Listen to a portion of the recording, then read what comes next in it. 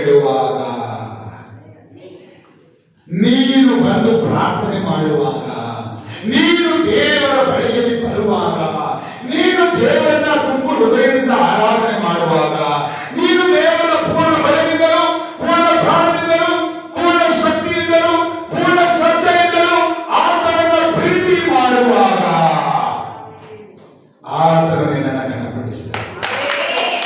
Hallelujah. ಯೇಸು ಸ್ವಾಮಿ ಹೇಳ್ತಾರೆ, ತಂದೆಯನ್ನು ನಾನು ಮಹಿಮೆ ಪಡಿಸ್ತೇನೆ, ತಂದೆಯು ನನ್ನನ್ನು ಮಹಿಮೆ ಪಡಿಸ್ತಾನೆ, ನನ್ನಲ್ಲಿರುವ ಮಹಿಮೆಯನ್ನು ನಾನು ನಿಮ್ಮನ್ನು ಮಹಿಮೆ ಪಡಿಸ್ತೇನೆ. ಸಂತೋಷಕ್ಕೆ ಕಾರಣನು, ಸಮಾಧಾನಕ್ಕೆ ಕಾರಣನು